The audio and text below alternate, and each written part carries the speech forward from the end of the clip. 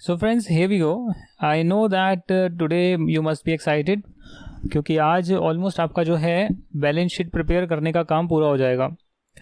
So till now we have made the balance sheet schedule and what we did was कि जो आपके trial balance में figures आ रही थी और बैलेंस शीट से पर्टेन करती थी उसको अप्रोप्रिएट शेड्यूल में हमने डाला है और हमने जो है समिफ का फॉर्मूला यूज़ करा है. हालांकि चेकिंग के लिए जो है हम मैनुअली एक एक चेक भी कर लेते हैं फिल्टर लगा के कि जो ये यहाँ पर चीज़ें आ रही हैं, लेट्स से स्टैट्यूटरी ड्यूज, ये स्टैट्यूटरी ड्यूज कॉलम में ही अपीयर हो रही हैं. सो डबल क्रॉस हो गया कि जितनी भी चीज़ें यहाँ पर है ट्रायल बैलेंस में वो सारी की सारी P&L में चली गई और सारी की सारी जो है बैलेंस शीट में चली गई है. जो चीज़ें चली गई उसे हमने येलो से हाईलाइट किया था. तो अगर आप यहाँ पर फिल्टर में जाकर नो फिल करेंगे तो आप पाएंगे कि यहाँ पर ऐसा कुछ भी नहीं है जो हमने कवर ना किया हो, यानी कि सारे के सारे आइटम्स जो हैं एक बार कवर हो गए हैं और किसी भी आइटम का डुप्लीकेशन नहीं है. अगर आपका ट्रायल बैलेंस मैच कर रहा है, डेबिट और क्रेडिट बराबर है या डेबिट माइनस क्रेडिट ज़ीरो है, तो इसका मतलब अगर सारे आइटम यहाँ बैलेंस शीट P&L में चले गए हैं तो आपकी बैलेंस शीट भी मैच करेगी. और अगर आपको कोई एडजस्टमेंट करनी है, जैसे मैंने बताया कि नोट्स टू अकाउंट्स में कुछ एडिशनल डिटेल्स जाती है जिसका ट्रायल बैलेंस से कोई लिंक नहीं होता, वो आपको मैनेजमेंट से पूछनी पड़ती है, लेनी पड़ती है. और जो ऑडिटिंग में होते हैं, ऑडिटर होते हैं, वो खुद जो है उसको वेरीफाई करते हैं. साथ ही में ये जो डिस्क्लोजर हैं जो शेड्यूल 3 में गिवन है और जो यहाँ पर आ भी रहे हैं, मैंने आपको दिखाए भी थे कि 5% से ज़्यादा शेयर होल्डिंग किसकी है उसका आपको यहाँ पर बताना पड़ेगा और मैनेजमेंट ही बता पाएगी. ये आप नहीं देख सकते, या फिर आप रिकॉर्ड्स वगैरह अगर कंपनी के देख सकते हैं या कंपनी की वेबसाइट पे देख सकते हैं, कंपनी लॉ की वेबसाइट पे देख सकते हैं, MCA की वेबसाइट पे देख सकते हैं, मिनिस्ट्री ऑफ कॉर्पोरेट अफेयर्स की, अगर वहाँ पे डिटेल्स अपलोडेड है तो वहाँ से आपको ये सारी इन्फॉर्मेशन मिल जाती है. तो ऑडिटिंग में आप वेरीफाई करते हैं. अदरवाइज अगर आप सिर्फ मैनेजमेंट के लिए कर रहे हैं, आपको साइन नहीं करना है, तो आप मैनेजमेंट जो कह रही है उसे आप मानकर ये बना सकते हैं. रिजर्व एंड सरप्लस हो गया, लॉन्ग टर्म प्रोविजंस हो गए, ऐसे आपने सारी चीज़ें कर दी है. पर मैंने आपको एक चीज़ बताई थी कि जब भी हम प्रोविजंस में फ़िल्टर लगा रहे हैं, यानी कि उसमें हम समिफ का फॉर्मूला लगा रहे हैं, लाइबिलिटीज़ में लगा रहे हैं, अदर नॉन करेंट या करेंट लाइबिलिटीज़ में लगा रहे हैं, तो उसमें हम वो पूरा अमाउंट पिक कर रहे हैं जिसमें से कुछ पोर्शन लॉन्ग टर्म कुछ शॉर्ट टर्म हो सकता है. अगर आप टैली में ही अकाउंट दो बनाएं, लॉन्ग टर्म और शॉर्ट टर्म का, जो कि पॉसिबल नहीं होता है क्योंकि प्रोविजन तो प्रोविजन होता है ना, वो लॉन्ग टर्म या शॉर्ट टर्म हो उसे तो बाद में देखते हैं, बैलेंस शीट डेट पर देखते हैं. तो इसीलिए आपने पूरी की पूरी जो है लेजर अमाउंट को एक पर्टिकुलर शेड्यूल में डाल दिया है. पर इसका मतलब ये नहीं कि पूरी अमाउंट ही लॉन्ग टर्म होगी, हो भी सकती है, हो सकता है इसका कुछ पोर्शन शॉर्ट टर्म आए, तो जो शॉर्ट टर्म में आ रहा है वो शॉर्ट टर्म में डालकर यहाँ से सब्ट्रैक्ट कर देंगे ताकि अगर कहीं पर एडिशन हो तो दूसरी जगह सब्ट्रैक्शन हो जाए, तो ऑलमोस्ट जो है आपकी पूरी बैलेंस शीट हमेशा मैच्ड रहे. अब वो मैं कहाँ से दिखाऊंगा आपको? ये जो फाइनल बैलेंस शीट है, मान के चलिए कि मैनेजमेंट ने आपको ये डेटा दिया है, जो इसमें डेटा मिसिंग है, जो ट्रायल बैलेंस से हम नहीं बना सकते हैं, वो आपको मैनेजमेंट ने प्रोवाइड किया है. फॉर एग्जाम्पल यहाँ पर आप एक एक चीज़ मैच करते चलिएगा मेरे साथ. तो आपका शेयर कैपिटल तो मैच हो रहा है, यहाँ पर शेयर आउटस्टैंडिंग की डिटेल है, तो आप यहाँ पर कॉपी कर सकते हैं. कॉपी करने के बाद यहाँ पर आप पेस्ट कर सकते हैं, ठीक है.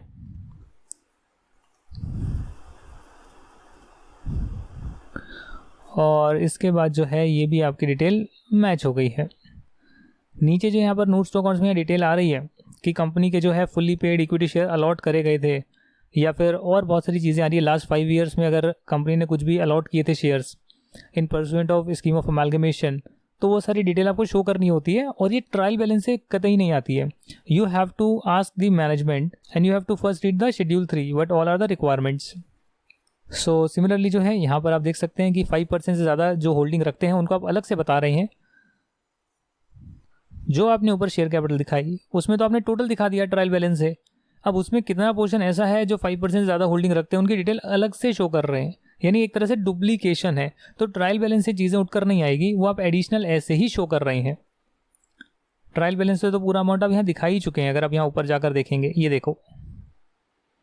और मज़े की बात पता है क्या है, 5% से ज़्यादा ये जो होल्ड करते हैं ऑलमोस्ट ये सारा ही होल्ड करते हैं अगर देखा जाए तो, राइट, क्योंकि वो होल्डिंग कंपनी है, 100% होल्डिंग कंपनी है. सिमिलरली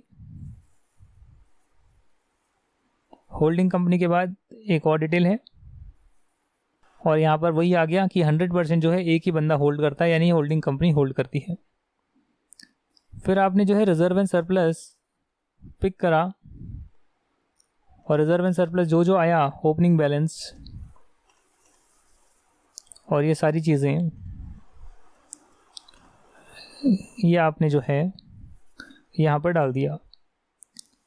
लॉन्ग टर्म प्रोविजंस जितना भी है वो लॉन्ग टर्म ही है, मैनेजमेंट से पता लगेगा, वेरीफाई करके पता लगेगा, डॉक्यूमेंट्स को चेक करके पता लगेगा। उसके बाद है ट्रेड पेबल्स।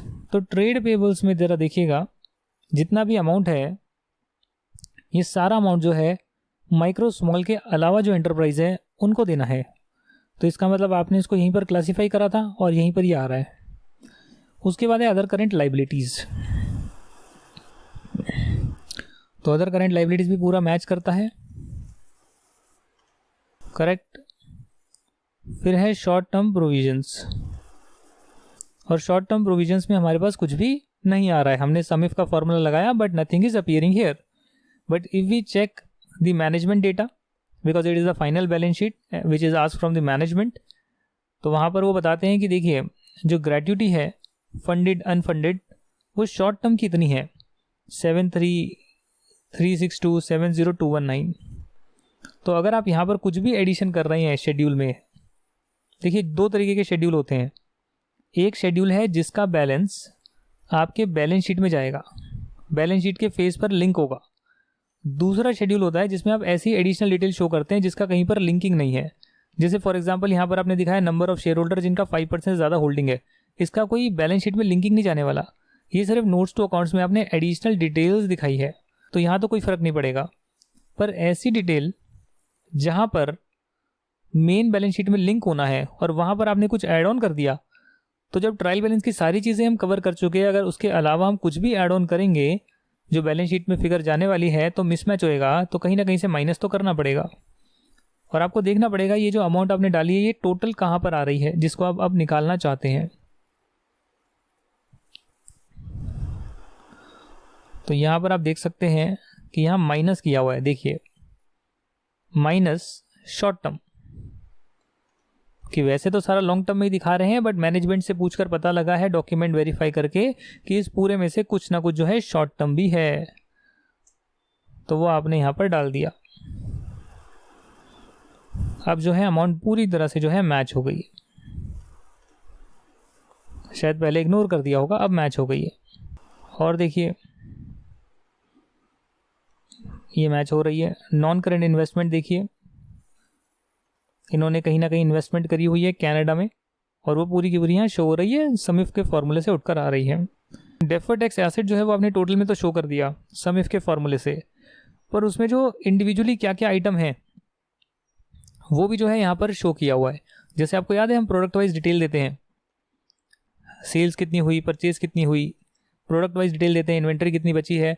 वैसे ही जो डेफर्ड टैक्स एसेट यहाँ पर नेट बनकर निकला है उसमें कितना कितना पोर्शन है, किन किन आइटम्स पे बना है, तो यहाँ दे रखा है कि डेप्रिसिएशन पोर्शन पर इतना है, प्रोविजन फॉर ग्रेट्यूटी पर इतना है, लीव एनकैशमेंट पर इतना है, डाउटफुल डेट्स पर इतना है, और एक्सपेंडिचर जो 35DD में जो है इनकम टैक्स के डेबिट हो जाते हैं उस पर इतना है। ये वो टाइमिंग डिफरेंसेस हैं जो एक बार इनकम टैक्स में अलाउ हो गए, अकाउंटिंग में अलाउ नहीं हुए, या अकाउंटिंग में अलाउ हो गए, इनकम टैक्स में नहीं हुए। तो उस वजह से क्या होगा, इनकम टैक्स में आपने ज़्यादा टैक्स दे दिया जिसका फ्यूचर में आपको बेनिफिट मिलेगा, इसलिए आपका डेफर्ड टैक्स एसेट आ रहा है।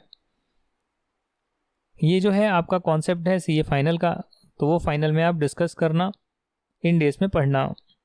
Securities long term loans and advances हैं, और यहाँ आप देख सकते हैं long term loans and advances यहाँ तो पूरा आ रहा है, और अगर आप यहाँ देखेंगे तो यहाँ पर कुछ अमाउंट आ रही है क्योंकि बाकी पोर्शन जो होगा सिक्योरिटी डिपॉजिट का वो शॉर्ट टर्म में आ रहा होगा। तो अगर मैं यहाँ देखूँ शॉर्ट टर्म में, तो यहाँ पर सिक्योरिटी डिपॉजिट है 56 लाख। तो जब आपने वेरीफाई करा तो आपने कहा देखो सिक्योरिटी डिपॉजिट अकाउंट में 63 लाख हैं, but when you verified it, when you check the details, then you found कि इसमें से 56 लाख या 53 लाख जो भी हैं, जो भी हमें पता लग जाएगा,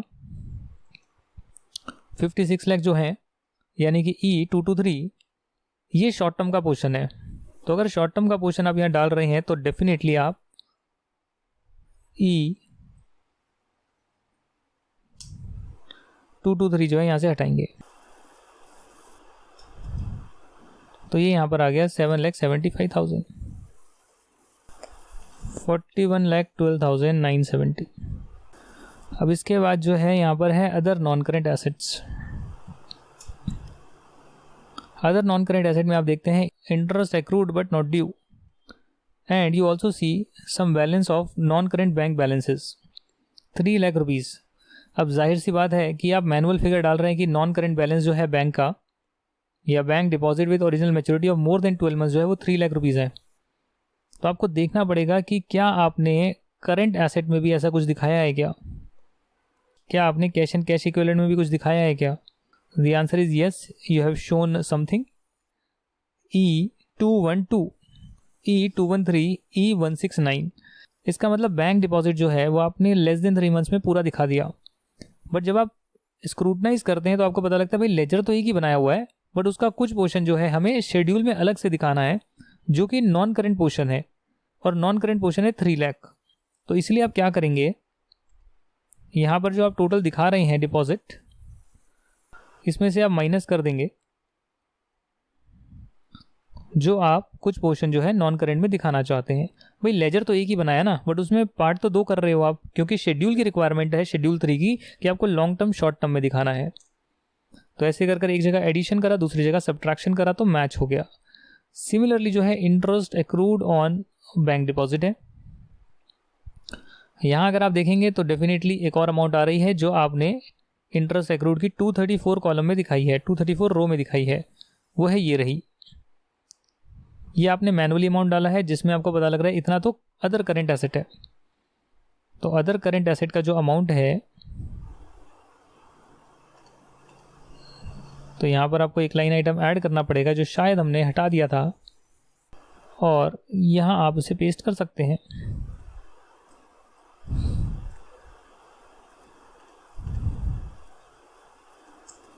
करेक्ट, ये है 234, क्योंकि आपने कुछ पोर्शन करंट में दिखा दिया है।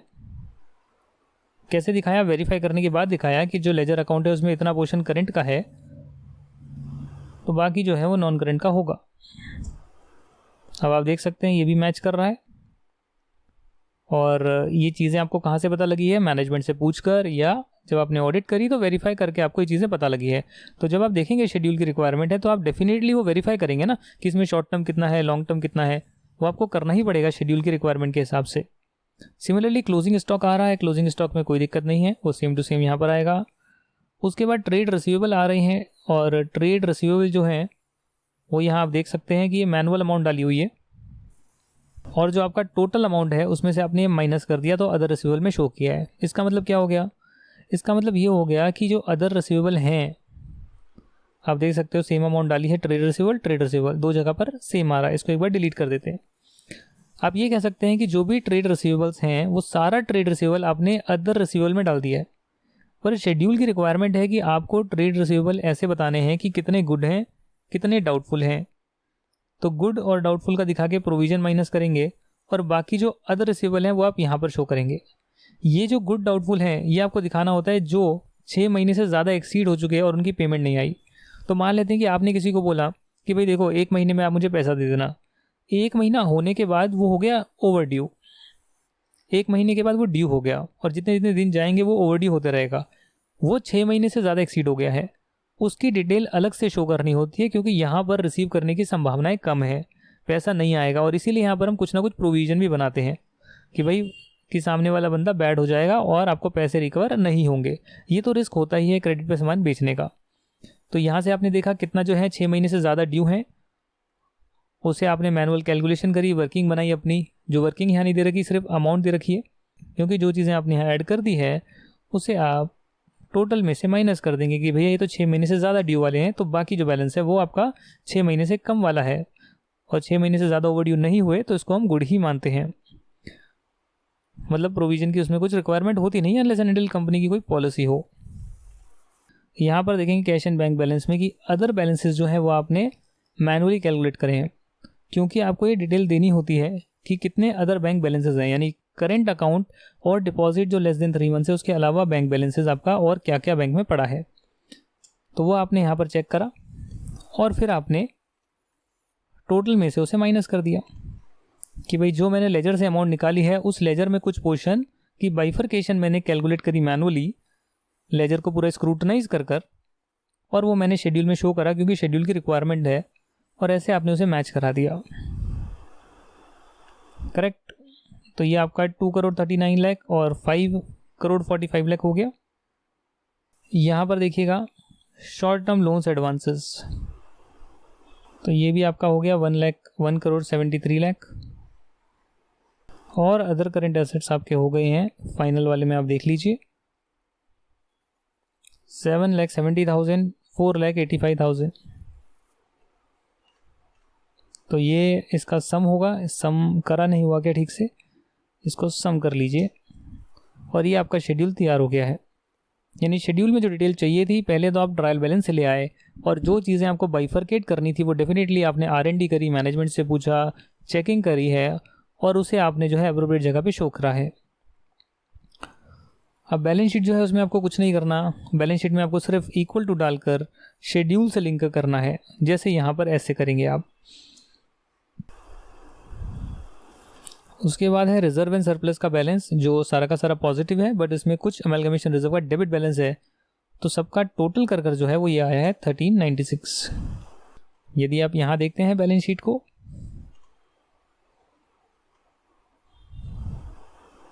तो वहाँ भी सेम चीज़ें आ रही है। इसके बाद जो है मैं लॉन्ग टर्म प्रोविजंस यहाँ पर निकालूंगा, एक एक कर जो मैंने शेड्यूल्स बनाए हैं जो बैलेंस शीट में शो होते हैं और एंटिटी के पास वो चीज़ें हैं भी, तो वो चीज़ें मैं यहाँ शो करूँगा। फिर ट्रेड पेबल है, करंट कितने हैं, अदर करंट लाइबिलिटीज़ कितनी हैं, और उसके बाद शॉर्ट टर्म प्रोविजंस कितने हैं। तो ये आपका सारा सम आ गया, इन दोनों तीनों का सम आ गया है, इसको बोल्ड कर देते हैं। अब है एसेट की साइड। एसेट में आप देखेंगे टेंजिबल फिक्स्ड एसेट्स कितने हैं, तो टेंजिबल फिक्स्ड एसेट जो है वो आप फिक्स्ड एसेट शेड्यूल से निकाल सकते हैं, और यहाँ पर जो है नेट बैलेंस आ रहा है। हालांकि आप एक्यूमुलेट डेप्रिसिएशन माइनस करके भी दिखाएं, वो भी एक अच्छी प्रेजेंटेशन होती है, पर अभी जो है यहाँ पर नेट वर्जन ही दिखाया हुआ है, यानी एक्यूमुलेट डेप्रिसिएशन माइनस करने के बाद जो आया है वो दिखाया है। सिमिलरली आप यहाँ देख सकते हैं नेट ब्लॉक इंटेंजिबल एसेट का। Non current investment balance sheet schedule में जाइए और नॉन करेंट इन्वेस्टमेंट यहाँ आ रही है, इसमें आप टिक लगाइए। डेफर्ड टैक्स एसेट्स हैं, उसमें आप जा सकते हैं, उसमें आप यहाँ सेलेक्ट कर सकते हैं अमाउंट, इसको बोल्ड कर सकते हैं, no issues. Long term loans and advances, other current other non current assets, inventories यानी क्लोजिंग स्टॉक,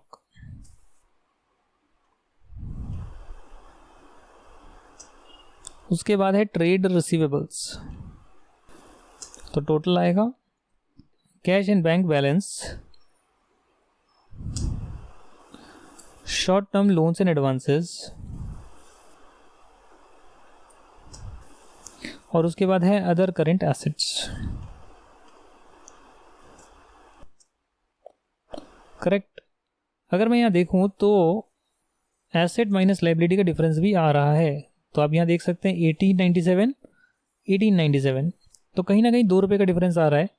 और अगर आप 2 रुपये का डिफरेंस देखें तो ये 13 है और ये 11 है, यानी एसेट साइड का 2 रुपये का डिफरेंस आ रहा है। करेक्ट, सही कह रहा हूँ मैं। तो यहाँ पर आप देख सकते हैं कलर फिल्टर नॉन हाईलाइट, यहाँ 2 रुपये आ रहे हैं, देखो आप यहाँ 2 रुपये आ रहे हैं। अगर मैं इसको हटा दूँ, वैसे तो ये कहीं पे जा ही नहीं रहा है, तो इंटरेस्ट ऑन इनकम टैक्स है 2 रुपये, तो ये इस वजह से डिफरेंस आ रहा है। इंटरेस्ट ऑन इनकम टैक्स तो डेबिट बैलेंस, तो अगर मैं P&L में लेट्स से जो फाइनेंस कॉस्ट है मेरी, इसमें अगर मैं 2 रुपये ऐड कर दूं तो आपकी बैलेंस शीट मैच हो जाएगी।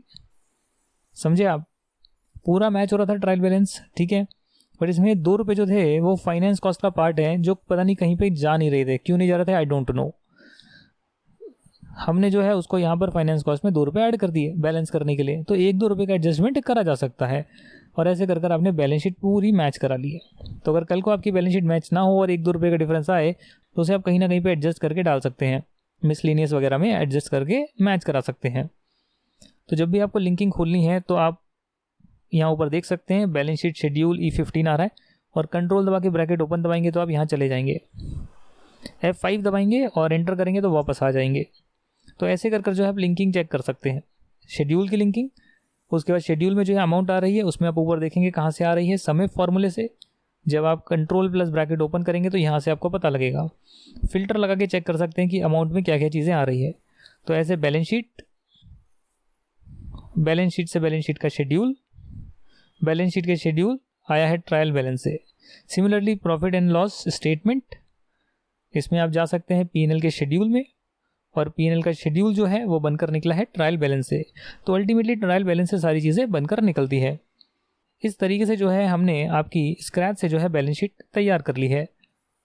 यहाँ पर कुछ आइटम्स पे कलरिंग नहीं हो रखी है, हट गई थी, तो इसको कर देते हैं ऑल DFS। जो ब्लैंक शीट्स है उसे मैं ज़रूर यहाँ पर डिलीट कर रहा हूँ, और इसको आप अरेंज कर सकते हैं ऐसे ट्रायल बैलेंस, ऐसे बैलेंस शीट P&L। उसके बाद ट्रायल बैलेंस को आप यहाँ पर ले जा सकते हैं। कई लोग ट्रायल बैलेंस को हाइड भी रखते हैं तो आपको शो नहीं होता, तो कई बार आपको शो ना हो तो आप राइट क्लिक करके देखें, अनहाइड करके देखें कौन कौन से नंबर्स को हाइड किया हुआ है। जैसे हमने करंट ईयर का बनाया वैसे ही प्रीवियस ईयर का बनेगा और साथ में यहाँ पर लग जाएगा। उस तरीके से जो है हमने डेल्टा कॉप की फाइनेंशियल स्टेटमेंट देखी है, किसी भी कंपनी की देखी है, वो ऐसे एक्सेल में पूरी तरह से तैयार करी गई है।